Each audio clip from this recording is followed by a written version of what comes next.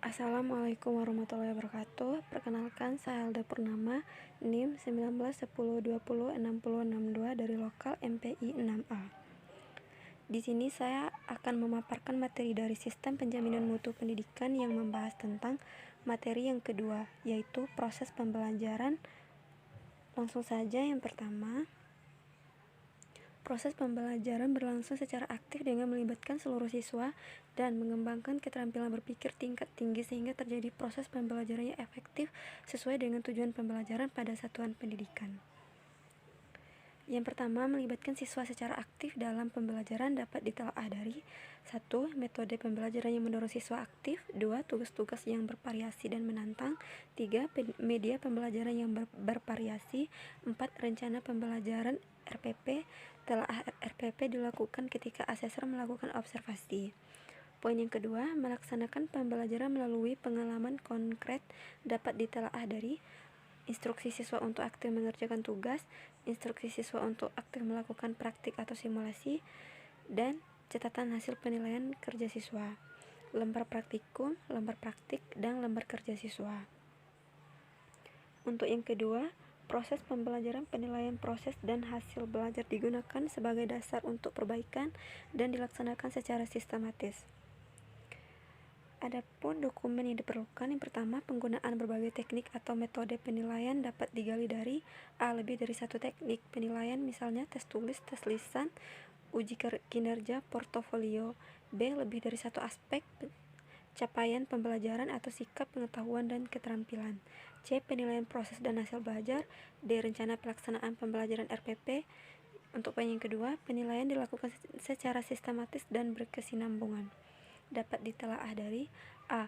Langkah-langkah penilaian yang logis dimulai dari penyusunan kisi-kisi sebagai langkah awal atau persiapan dan dilanjutkan dengan mengembangkan instrumen penilaian. B. Penilaian secara berkesinambungan atau berkelanjutan. C. Kisi-kisi soal dan instrumen penilaian atau formatif dan sumatif. D. Hasil penilaian formatif dan sumatif. Untuk yang ketiga, proses pembelajaran program remedial dan atau penggayaan diberikan kepada siswa yang memerlukan. Adapun dokumen yang diperlukan, yang pertama, pelaksanaan penilaian dan analisis pencapaian kompetisi dapat ditelaah dari A. Catatan guru tentang prosedur penilaian, proses belajar, dan metode penilaian hasil belajar masing-masing siswa. B. Analisis guru tentang pencapaian kompetisi masing-masing siswa berdasarkan kriteria ketuntasan minimum atau KKM. C. Catatan atau daftar penilaian dan hasil analisa pencapaian kompetensi. Untuk poin yang kedua, penyusunan rencana program remedial atau penggayaan dapat ditelaah dari A. Rencana waktu atau jadwal pelaksanaan remedial penggayaan dalam satu semester.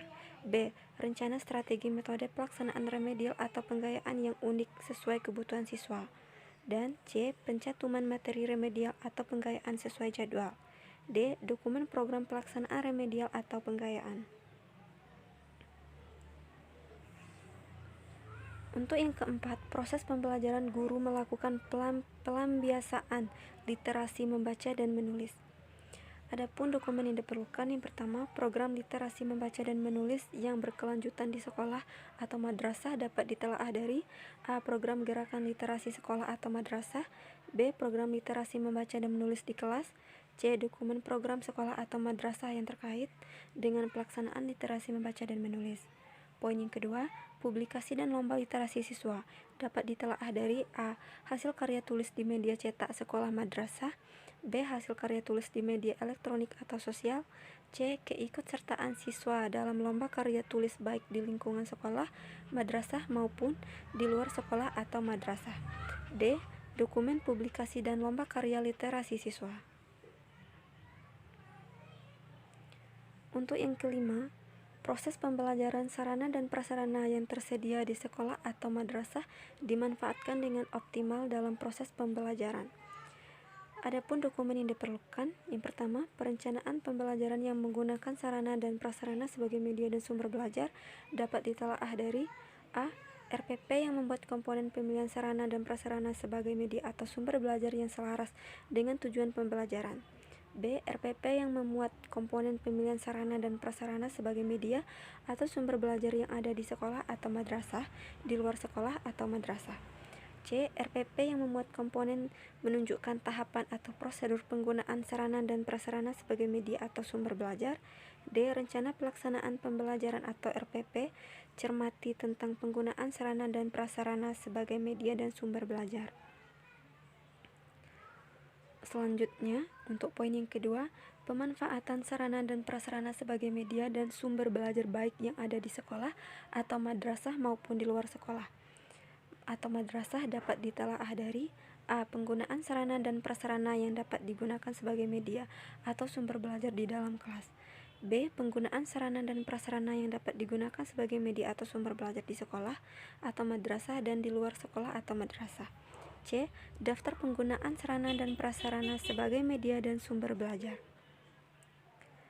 Baiklah, mungkin itu saja pemaparan materi dari sistem penjaminan mutu pendidikan yang membahas tentang materi yang kedua, yaitu proses pembelajaran. Mungkin ada kesalahan, saya mohon maaf. Terima kasih. Wassalamualaikum warahmatullahi wabarakatuh.